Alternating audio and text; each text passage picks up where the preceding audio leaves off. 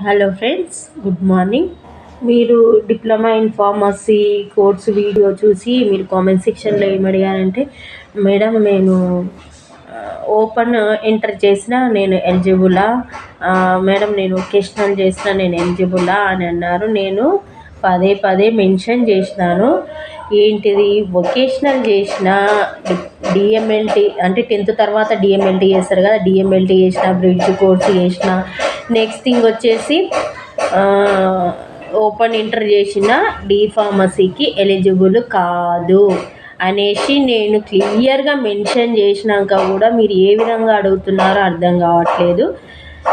Open intermediate చేసిన, vocational courses చేసిన, DMLT bridge courses without ఇంటర్తో చేసిన ఎలిజిబుల్ కాదు డి ఫార్మసీకి ఇంటర్మీడియట్ రెగ్యులర్ చేసిన వాళ్ళు మాత్రమే eligible. Other MPC or BiPC వాళ్ళు ఎలిజిబుల్. ఇది నేను మెన్షన్ చేయడం జరిగింది, అయినా కూడా మళ్ళీ అడుగుతున్నారు. కాబట్టి మళ్ళీ నేను మీకు ఎక్స్ప్లెయిన్ చేయడం జరుగుతుంది.